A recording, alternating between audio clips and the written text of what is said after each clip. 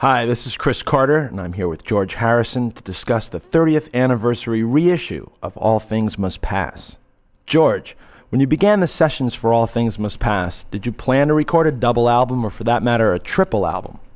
Well, when I started the album All Things Must Pass, I was just trying to do a record, and I had so many songs that I just recorded one after the other and just kept doing backing tracks. And one day I thought, I better check out what's going on here, and I had 18 tracks. Also, the accountant at Abbey Road came down the stairs and said, "Is this record going to take much longer?" So I thought, well, I think that's probably enough, and decided to put them all out at once. How have your thoughts changed regarding the production of All Things Must Pass since it was first recorded in 1970? Well, in those days, it was like the reverb was kind of used a bit more than what I would do now. In fact, I don't use reverb at all. I can't stand it. But at the time, I did the record with Phil Spector, and we did it like Phil Spector would do it. You know, it's hard to go back to anything 30 years later and expect it to be how you would want it now. I dare say if I did a record today in 30 years, I probably would want to change it. That's the only thing about the production. It was done in CinemaScope, and it had a lot of reverb on it to what I would use now, but that was how it was, and at that time I really liked it. Both you and John Lennon chose to use Phil Spector as producer for your first proper solo albums. How come Mr. Spector?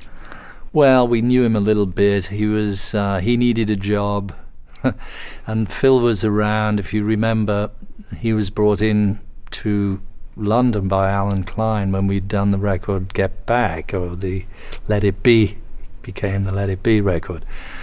Let It Be was supposed to be just a live recording, and we ended up doing it in the studio, and nobody was happy with it, but it was troubled times. Everybody listened to it back and didn't really like it, and we didn't really want to put it out. So later down the line, this guy Alan Klein, brought Phil Spector and said, well, what do you think about Phil looking at the record? So at least John and I said, yeah, let's see. We liked Phil Spector. We loved all his records.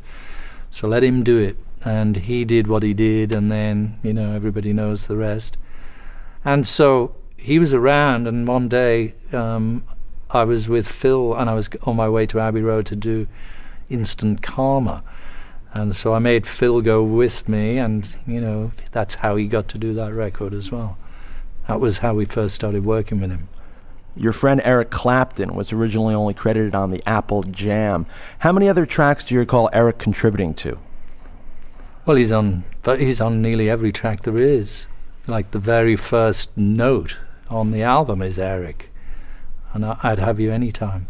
In those days, the record company, both my record company and his, they didn't like you to have your name on other people's records. They were very possessive. And so if you look on the record of the last Cream record, Goodbye Cream, my credit is Angelo Di Misterioso or something. That was me. He just didn't get any credit because they said you're not allowed to. Otherwise you got to pay him royalties, or they have to pay me royalties. It was some silly thing like that.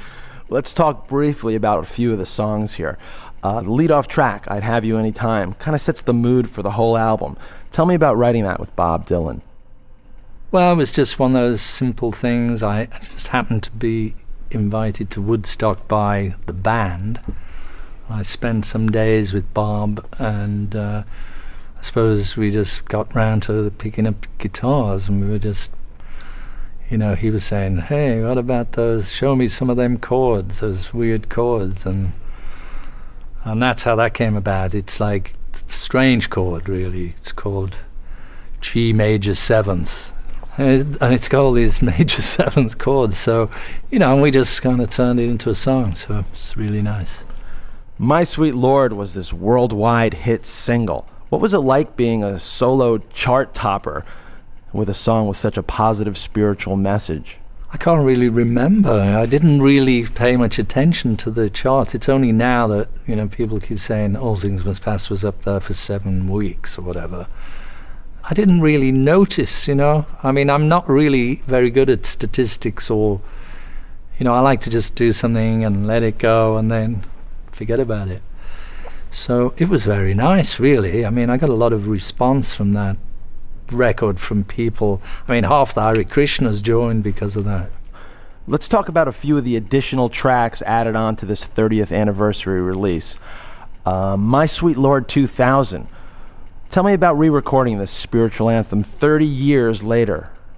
Well, I kind of enjoyed doing it because of a few reasons. I thought the song was, at the time it was so popular, and it was also very controversial, and the subject matter is not something that you normally hear, people sing records like that, unless it's like gospel choirs or something.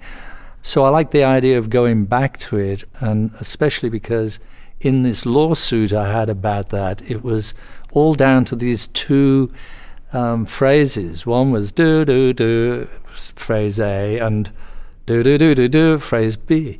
And that constituted, what they said was an infringement of a copyright. So I really enjoyed singing the song again and not using those three notes in that order.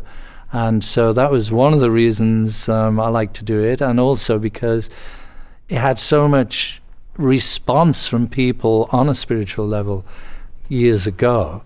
Many people have written to me over the years saying, thanks for doing that song, because that helped me to, do this, or go to join the Krishnas or whatever, or just look into myself a bit more. So I thought, well, I'll see if there's a reason to reinvent the song a little bit, and also maybe somebody would want to play it on the radio, give it a bit more promotion, and play a better slide guitar solo. So many reasons. It was fun. Another additional track, I Live For You, is being heard for the very first time. Tell me why this one didn't make the final cut.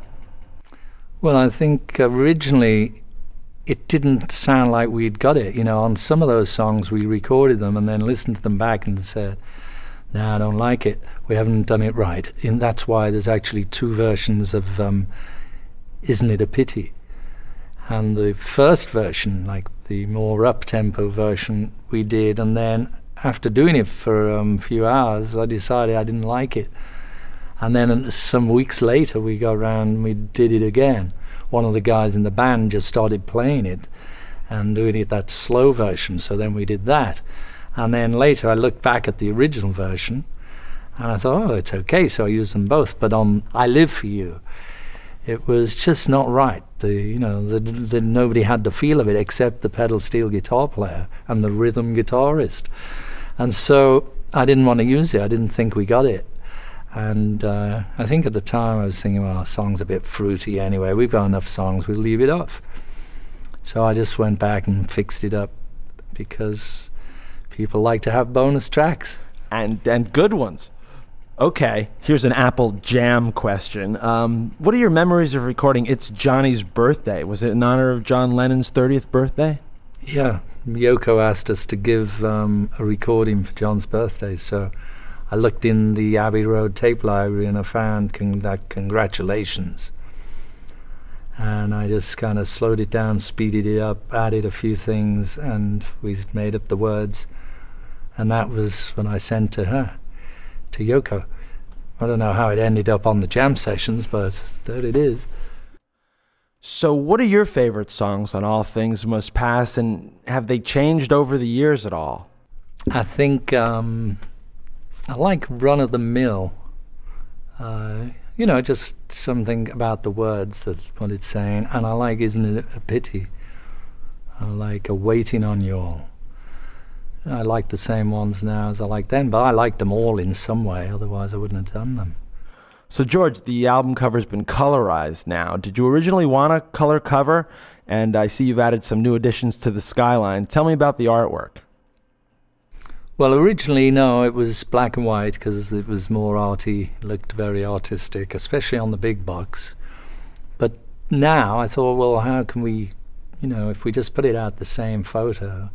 First of all, it needed to go back to the original photo anyway, because over the years it had got a slightly distorted. In fact, it looked a bit like a Xerox copy, so I thought we better get back to the original artwork.